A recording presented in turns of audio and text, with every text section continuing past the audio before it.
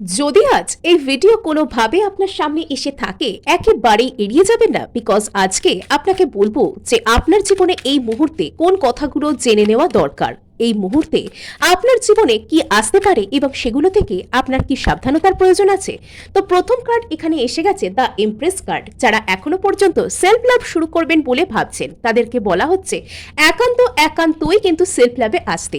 যদি আপনি এমন কোনো বিষয় নিয়ে অত্যন্ত চিন্তার মধ্যে রয়েছেন, কোনো কিছুকে খুব মিস করছেন বা কোনো মানুষকে আপনি প্রচন্ড মিস করছেন বা কোনো রকম কোনো ঘটনার দ্বারা খুবই ব্যথিত, তো আপনাকে বলা হচ্ছে সর্বপ্রথমে নিজেকে গুরুত্ব দিতে, নিজেকে হিল করতে, সেলফ লাভ এবং সেলফ যে কেয়ার অ্যাবান্ডান্স তার এনার্জিতে আপনাকে ভাইব করতে বলা হচ্ছে।